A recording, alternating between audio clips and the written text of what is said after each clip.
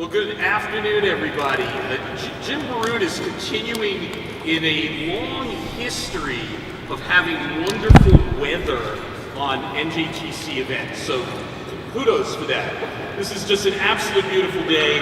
I feel like it's a spring day and we should all be doing this outside. As Jim said, my name's Dave Sorin. I am the chair of Mcarter and English's Venture Capital and Emerging Growth Companies practice. I also am the co-founder of an accelerator program called Entrepreneurs. I'm happy to see a number of the companies in the first cohort are actually here today, so welcome guys. We have a great panel today, and many of you, as I talk to folks in the audience during the course of the day, are early stage entrepreneurs. And the question we so often hear is, how do I raise money to achieve my goals? And what's the process? How do I go about doing this? And we are very fortunate to have a panel with us today of folks who are expert in early stage investing and what it means and what the ecosystem looks like, what you should expect. So I will briefly introduce them, and then I will ask each one to give a more fulsome introduction of what they do, what they are interested in terms of types of companies, etc. And I think you guys actually sat in alphabetical order, so that was really wonderful. I'm not that smart. I was say this is such good planning. Beyda, founder and managing partner of Genacast Ventures.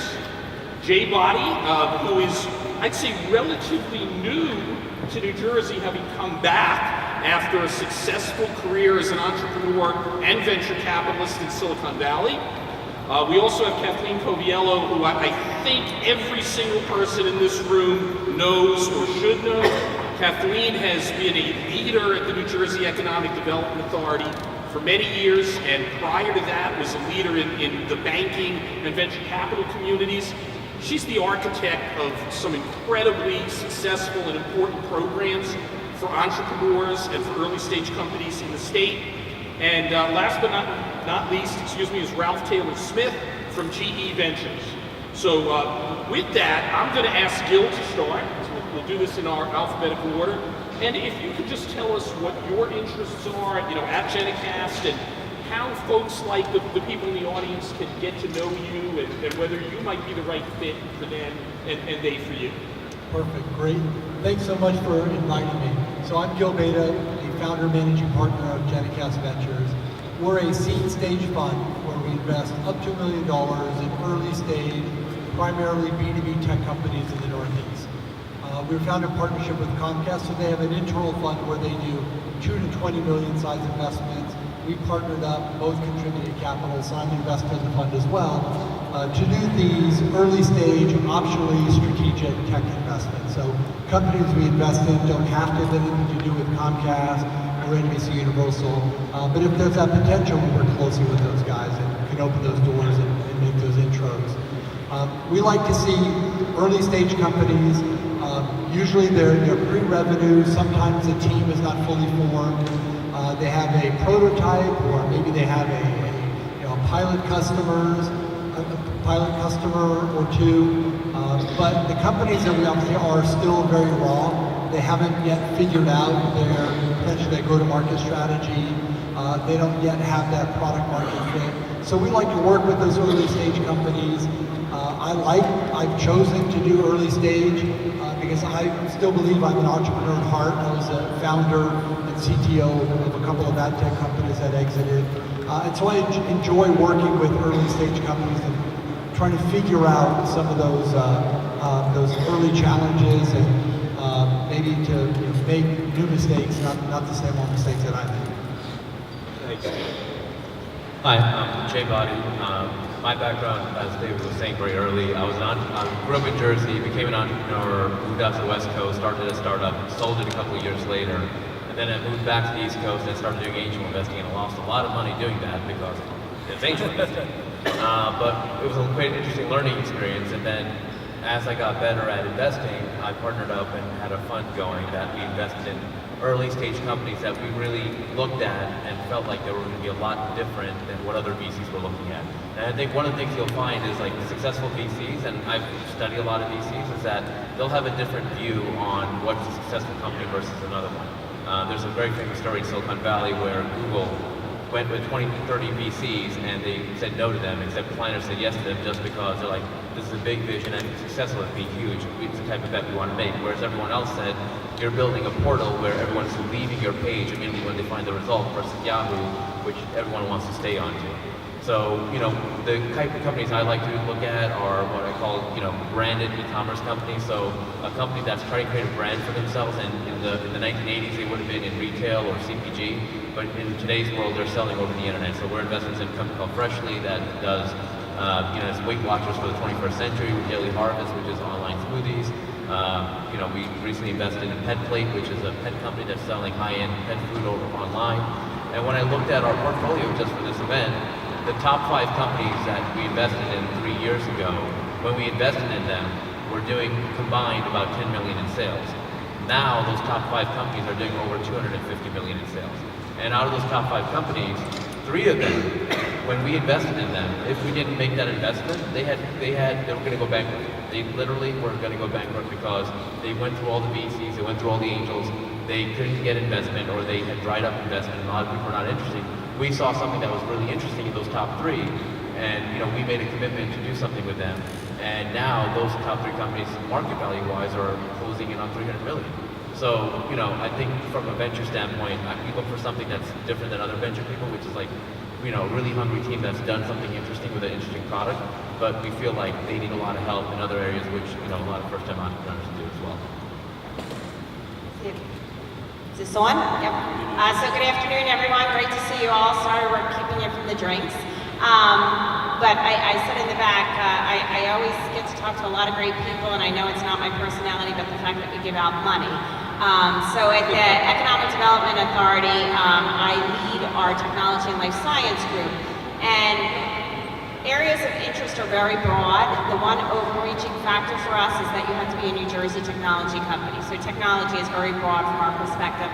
That could include biotech, high-tech, clean tech, biologics, web media, anything across the board. And we understand that one size doesn't fit all, and really have a portfolio of products that we deliver to really fill market niches that are going to support this sector.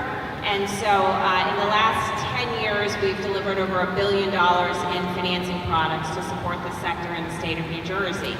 And some of the products that we've delivered, you may not be aware of. So of note, we are an investor in venture funds. We have a portfolio of about a dozen venture funds.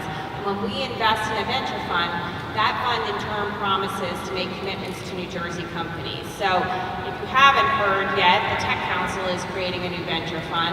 We committed $7.5 million to get that fund up and running. So it's a great resource to make sure that there's capital available. And that's a theme that we have across the many support services and financings that we do for this sector. So it also includes real estate.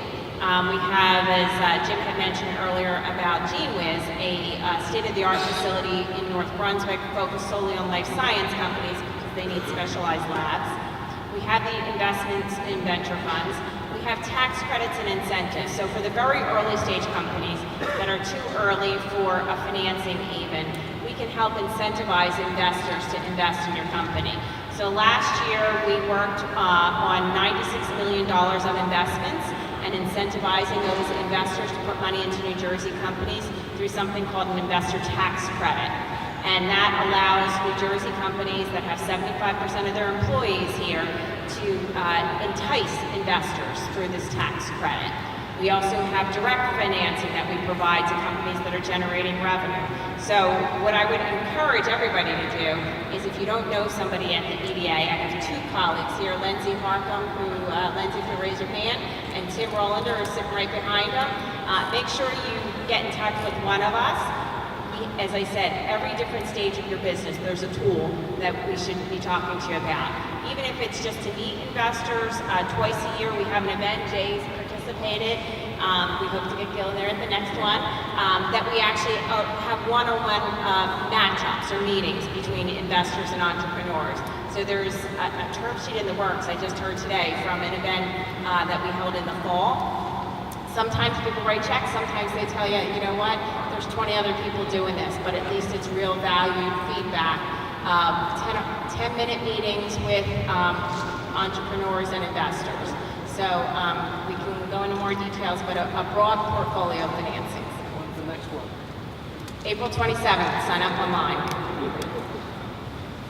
Thank you, Kathleen.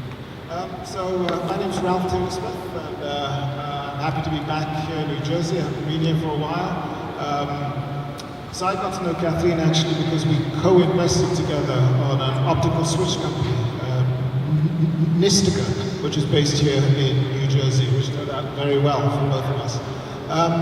So right now I'm a managing director at GE Ventures. GE Ventures is the venture capital investment unit of General Electric. And I've been there about 3 years. We invest in a range of technologies, obviously of interest to the parent corporation. We invest roughly $200 million a year in a number of different sectors. So GE Ventures is actually headquartered in Silicon Valley, in Menlo Park. But we have offices on the East Coast in Washington, D.C., which is where I'm based, as well as in Boston.